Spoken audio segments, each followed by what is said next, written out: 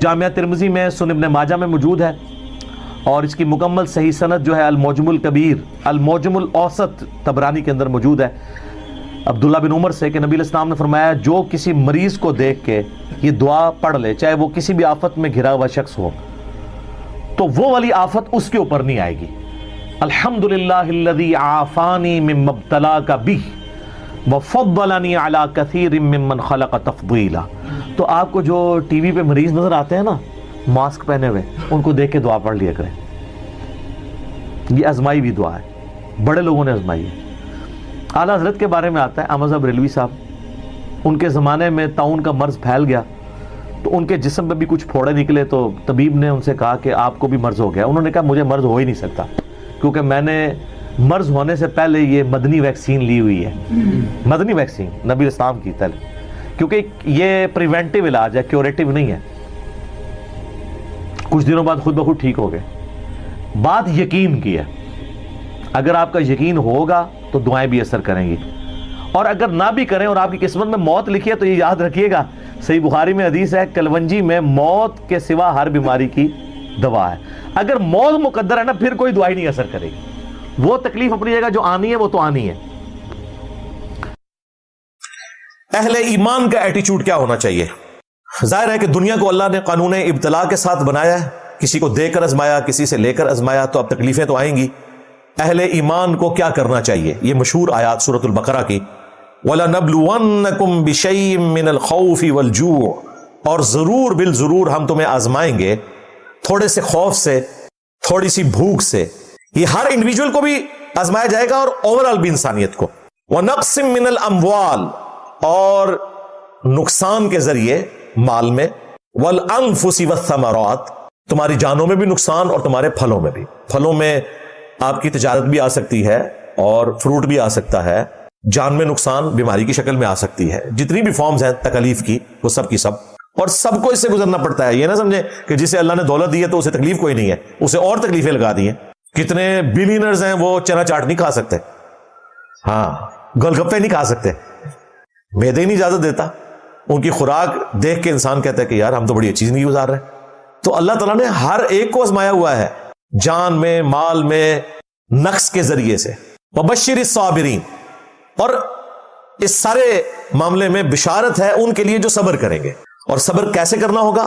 الذین اذا اصابتہم مصیبہ، یہ وہ لوگ ہیں کہ جب انہیں کوئی تکلیف پہنچتی ہے نا، قالوا، تو وہ پھر اللہ کے حضور بس یہی جملہ بولتے ہیں، انا للہ وانا الیہ راجعون، بے شک ہم بھی تو اللہ کی طرف سے آئے تھے اور ہم نے اسی کی طرف چلے جانا ہے۔ یہ جو تکلیف آئی ہے نا، اس تکلیف کا پیدا کرنے والا بھی اللہ ہے۔ جس طرح ہمیں بھی موت آنی ہے، اس تکلیف کو بھی تو موت آئے گی، یہ مطلب ہے اس کا، کہ ہم نے بھی تو اللہ کے پاس پہنچ جانا ہے۔ تو یہ تکلیف کون سی ہمیشہ کے لیے میرے ساتھ اٹیچ ہو گئی ہے؟ اس تکلیف کو بھی ایک دن موت آنی ہے، اس دن تو آ جانی ہے نا جس دن مجھے موت آنی ہے۔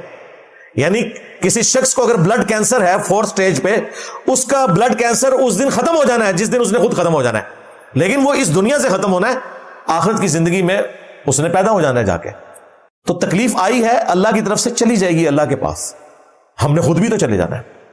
اور صحیح مسلم میں اسی کانٹیکسٹ میں ایک حدیث ہے، ام سلمہ سلام اللہ علیہا کہتی ہیں، جب میرے ہسبینڈ فوت ہوئے ابو سلمہ، تو اس وقت مجھے اور تو کچھ یاد نہیں آیا، نیک عورت تھی، اتنی پرہیزگار عورت کہ انہوں نے ہجرت حبشہ بھی اپنے خاوند کے ساتھ کی تھی، ابو سلمہ کے ساتھ۔ لوگ ہجرت مدینہ کا تو بہت ذکر کرتے ہیں، ہجرت مدینہ سے بھی بڑی ایک ہجرت تھی، ہجرت حبشہ، جو اس سے پہلے ہوئی تھی۔ اور جو لوگ ہجرت حبشہ میں تھے نا، جس طرح فتح مکہ کے بعد اسلام لانے والے لوگ رشک کرتے تھے نا ہجرت مدینہ کرنے والوں پر، ہجرت مدینہ کرنے والے رشک کرتے تھے ہجرت حبشہ کرنے والوں پہ، کہ انہوں نے تو ہم سے بھی بڑی تکلیف کاٹی ہوئی ہے۔ تو ام سلمہ نے وہ ہجرت بھی کی ہوئی تھی۔ کہتی ہیں میرا خاوند فوت ہو گیا تو مجھے حضور کی ایک دعا یاد آئی جو آپ نے سکھائی تھی، کہ جب کسی کو کوئی تکلیف آئے، مصیبت آئے، تو وہ یہ دعا پڑھے تو اللہ تعالیٰ اسے اس سے بہتر نعم البدل دے دے گا۔ کہتی ہے میں نے دعا تو پڑھ لی، لیکن پھر میں دل میں سوچتی تھی کہ ابو سلمہ جیسا تو رسول اللہ کے ساتھیوں میں کوئی ہے ہی نہیں ہے، مجھے اس سے بہتر خاوند دنیا میں کیسے مل سکتا ہے؟ ہائے ہائے ہائے۔ کہتی ہیں جب میری عدت پوری ہوئی تو رسول اللہ نے پیغام نکاح بھیج دیا صلی اللہ علیہ وسلم، اور ہماری ماں بن گئی، اور یہ ہماری وہ ماں ہے جو 64 ہجری میں فوت ہوئی ہیں سب سے آخر میں، یعنی نبی اسلام کی آخری بیوی جو فوت ہوئی وہ یہ ہے، واقعہ کربلا کے بھی 3 سال بعد۔ واقعہ کربلا انہوں نے اپنی زندگی میں آبزرو کیا، اسی لیے حسین ابن علی اور اہل البیت سے متعلق جتنی حدیثیں ہیں وہ ام سلمہ نے روایت کی ہوئی ہیں، حضرت علی کی شان میں، حضرت حسین کی شان میں، وہ ایک الگ سے ٹاپک ہے، میں نے کربلا والے ریسرچ پیپر میں وہ حدیث ڈالی ہوئی ہے۔ ام سلمہ کہتی ہیں وہ دعا پڑھی اور نبی اسلام سے میرا نکاح ہو گیا۔ وہ دعا شروع میں انہی الفاظ کے ساتھ ہے، انا للہ و انا الیہ راجعون، اس کے بعد آتا ہے اللہم اجرنی فی مصیبتی واخلف لی خیرا منہا، اے اللہ اس مصیبت میں مجھے اجر دے۔ اللہم اجرنی، یہ اللہم اجرنی نہیں ہے، اللہم اجرنی، میم زبر اور آگے جھٹکے سے پڑھنا ہے حمزہ، ماجرنی فی مصیبتی، اس مصیبت میں مجھے اجر دے، وَأَخْلِفْ لِي خَيْرًا مِّنْهَا، اور میرے لیے اس سے بہتر نعم البدل بنا دے۔ اور نعم البدل پھر اللہ تعالیٰ نے بنا دیا نبی صلی اللہ علیہ وآلہ وسلم کی مبارک ذات کو۔ یہ دعا زبانی یاد رکھیں، جب بھی کوئی چھوٹی تکلیف پہنچے یا بڑی سی بڑی، یہ دعا آپ ضرور پڑھیں، انا للہ و انا الیہ راجعون، اللہم اجرنی فی مصیبتی واخلف لی خیرا منہا، غم کی خبر کو خوشی میں بدلنے کی دعا۔ صحیح مسلم شریف میں یہ دعا آئی ہے، تقاضا تھا کہ میں اس کے ساتھ اس کا ذکر کرتا۔ اور قرآن نے تو ہمیں واضح کہا ہے وَلَا تَقْفُ مَا لَيْسَ لَكَ بِهِ عِلْم، اے انسان کسی چیز کی پیروی اس وقت تک مت نہ کر جب تک تجھے اس کے بارے میں علم نہ حاصل ہو جائے۔ ان السمع والبصر والفؤاد كل اولئک کان عنہ مسئولا، بے شک کان، آنکھیں اور عقل، اس کے بارے میں پوچھا جائے گا کہ ان 3 انسٹرومنٹس کو استعمال کر کے تم نے حق بات تک پہنچنے کی کوشش کیوں نہیں کی۔ اس سورہ بنی اسرائیل کے اندر 9th کمانڈ ہے آیت نمبر 36 میں۔ تو نہ تو سائنس اس کو سپورٹ کرتی ہے، نہ وہیں میں کہیں موجود ہے۔ پتہ نہیں، میرا لگ کسی نے یہ سنا ہوگا کہ حضرت یوسف علیہ السلام خوبصورت ہیں، تو دوسرے نے پھر اس میں رنگ بھرے ہوں گے کہ اچھا یہ خوبصورت ہے تو اس کا مطلب ہے کہ سورہ یوسف پڑھنے سے جو بچہ ہے وہ خوبصورت پیدا ہوگا۔ اللہ کرے، حضرت یوسف علیہ السلام کی خوبصورتی میٹر نہیں کرتی ہے، اصل میں ان کے کردار کی خوبصورتی میٹر کرتی ہے کہ ان کو اتنی عورتوں نے ورغلایا۔ تو کاش کسی عورت کے دماغ میں یہ بات ہے کہ میرا جو بچہ پیدا ہو رہا ہے وہ یوسف کی طرح پرہیزگار ہو، پھر تو بات سمجھ آتی ہے۔ یہ تو خوبصورتی کو لے کے بیٹھ رہا ہوتا ہے، وہی کہانی کرائے گی یہ جو ہمیں۔ حالانکہ صحیح مسلم میں حدیث ہے کہ اللہ تعالیٰ تمہاری شکلوں اور مال کو نہیں دیکھتا، دلوں اور اعمال کو دیکھتا ہے۔ شکل تو اس نے خود بنائی ہے، اس نے کیوں دیکھنا ہے؟ حضرت بلال حبشی کا جب ہم ذکر کرتے ہیں تو ہمارے دل میں ان کے لیے محبت کے جذبات آتے ہیں، حالانکہ وہ حبشی تھے۔ سیدنا عمار ابن یاسر بھی حبشی تھے۔ تو حبشی جو ہے وہ کتنا خوبصورت ہو سکتا ہے؟ رنگ تو کالا ہی ہوگا، ناک تو موٹا ہی ہوگا، اور تو موٹے ہی ہوں گے، لیکن ان کے کردار کی خوبصورتی جو نبی الاسلام کے لیے انہوں نے قربانیاں دی، ان چیزوں کو ہم دیکھتے ہیں تو ہم ان سے محبت کرتے ہیں۔ تو پہلے تو میں پھکی اور اینٹی وینم والا جواب دوں گا کہ سورہ یوسف پڑھنے سے اگر کسی حبشی کے ہاں جو ہے وہ گورا پیدا ہو جائے تو پھر ہم ماننے کے لیے تیار ہیں۔ ایک آدھ ہو بھی سکتا ہے ویسے، لیکن انالیسس اس طرح نہیں کیا جاتا۔ وہ 100 عورتیں سورہ یوسف پڑھیں گی اور اس میں 99 کے یا 90% کے پیدا ہو جائے، پھر تو ہم کہیں گے تو ان کو بھی پتہ ایسا نہیں ہوگا، یہ پاسبل ہی نہیں ہے، نہ تصویریں دیکھنے سے کچھ ہوگا۔ لیکن یہ بات سائنس مانتی ہے کہ ونس جب پریگنینسی آئیڈینٹیفائی ہو جاتی ہے اور یعنی وہ بچہ بڑا ہوتا ہے اور گروتھ کی ایج میں آتا ہے اور 4 مہینے گزر جاتے ہیں اور اس کے سننے کی اور یعنی سننے کی صلاحیت جو ہے اس کی کام کرنا شروع کر دیتی ہے، کان، تو وہ جو باہر کی آوازیں ہیں نا وہ ان کے ساتھ مانوس ہوتا ہے۔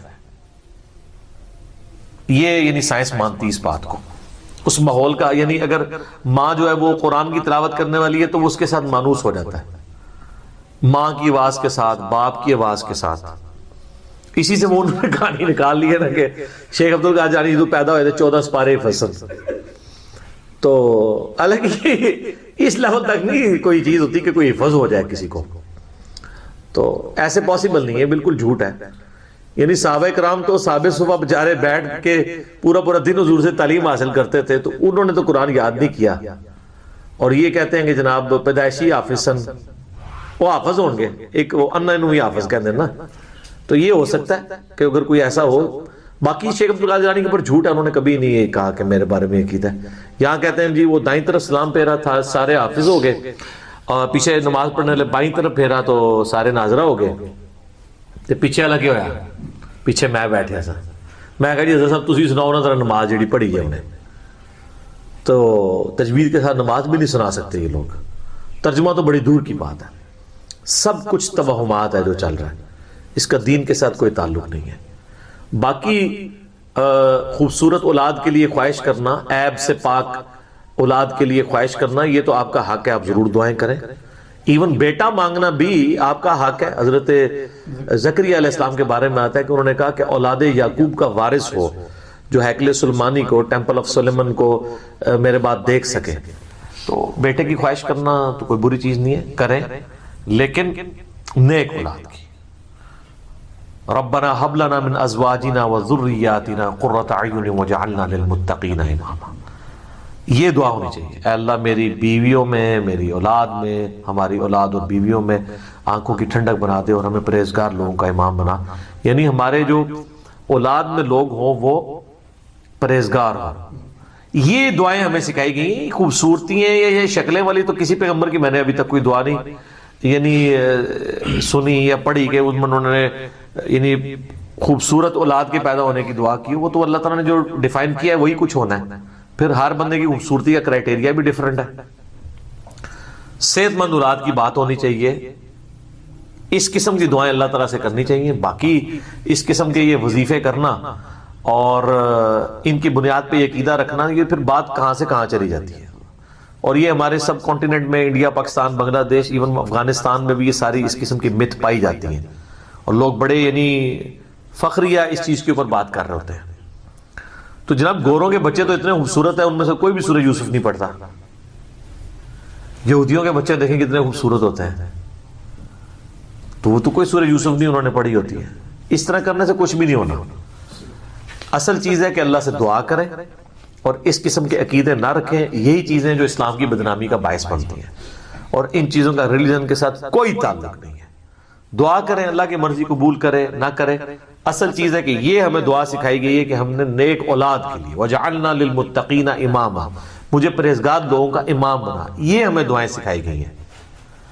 یا حضرت ابراہیم علیہ السلام کی دعا سورہ ابراہیم میں رب اجعلنی مقیم الصلاۃ ومن ذریتی ربنا وتقبل دعا ربنا اغفر لی ولوالدی وللمؤمنین یوم یقوم الحساب. اولاد کے لیے یہ دعا سکھائی گئی ہے.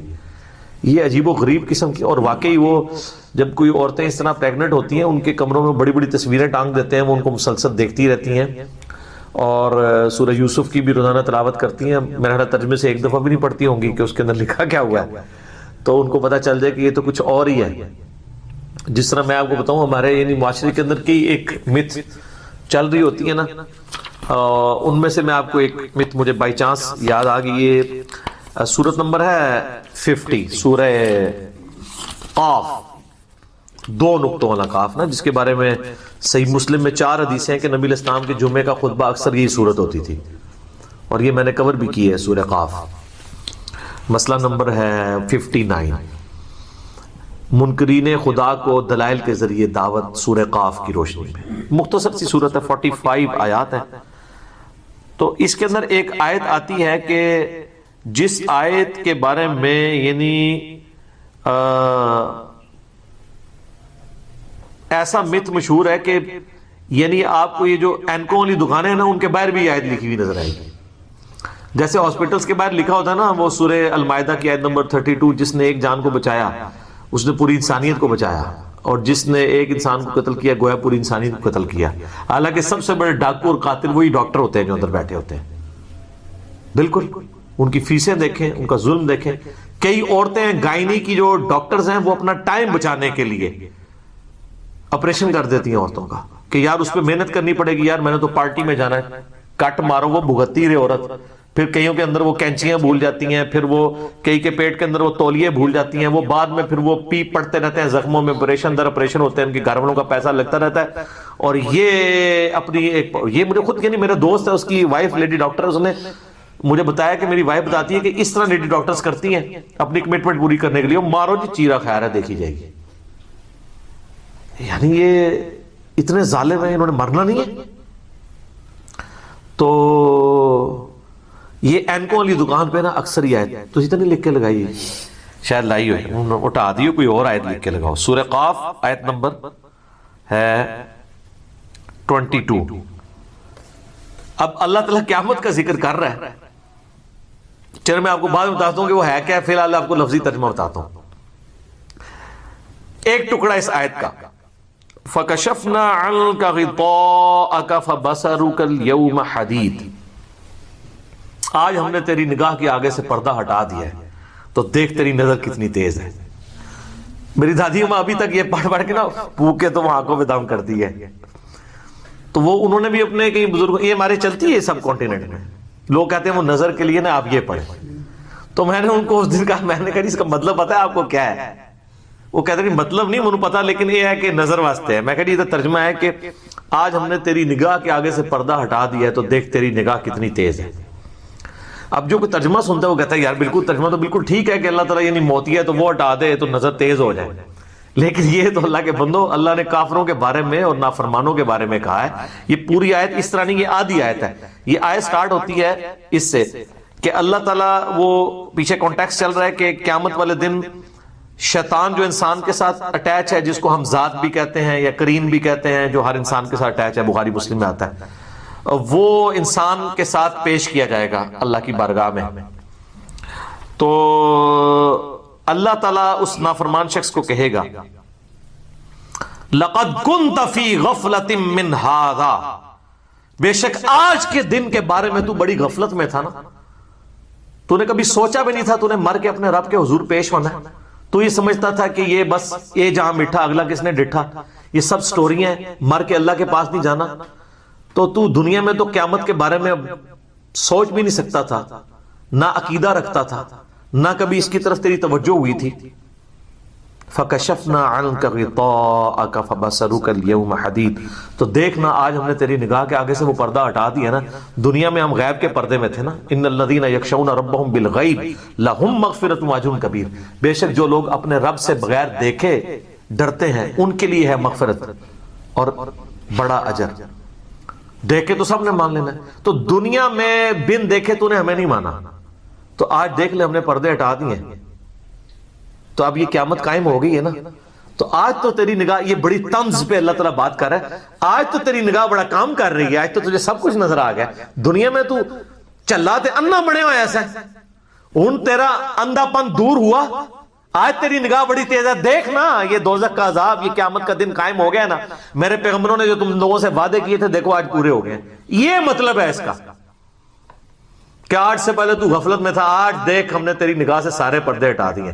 تو وہ پکڑ کے نا اس آیت کو، وہ اینکوں والی دکانوں کے اوپر کئی لوگوں نے وہ اینکوں کے جو کور ہوتے ہیں نا اس کے اوپر یہ لکھوائی ہوئی ہوتی ہیں.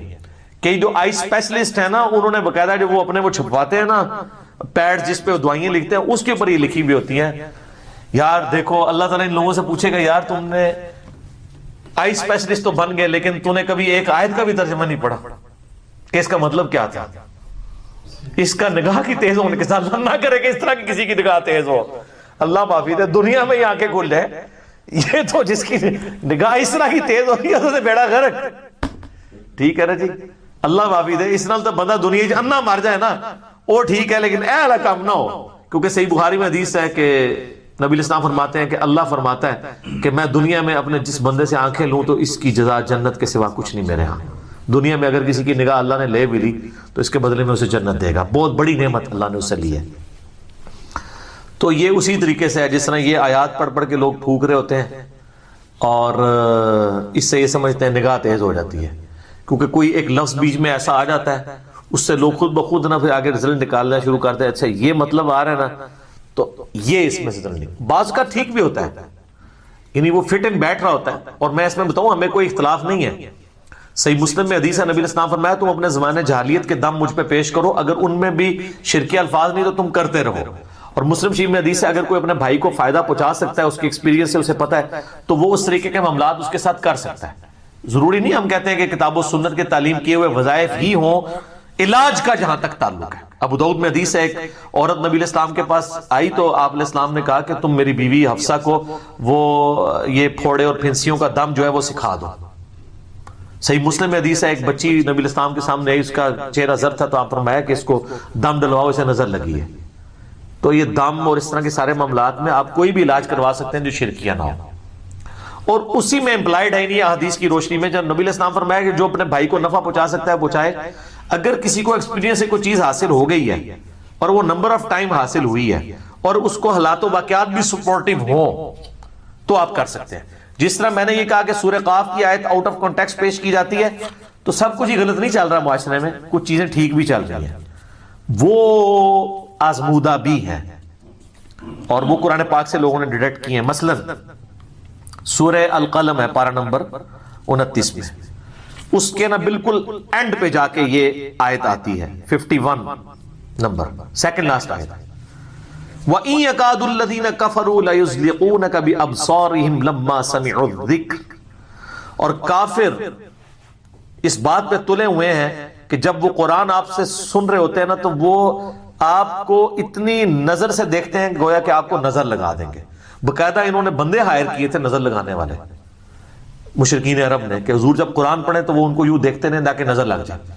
تو ظاہر نظر تو نبی اسلام فرمایا نا، مسلم کی حدیث ہے کہ اگر تقدیر پہ بھی کوئی چیز سبقت لے جاتی تو وہ نظر ہوتی ہے۔ جناب بندے کو قبر میں اور اونٹ کو دیکھ میں پہنچا دیتی ہے نظر جی۔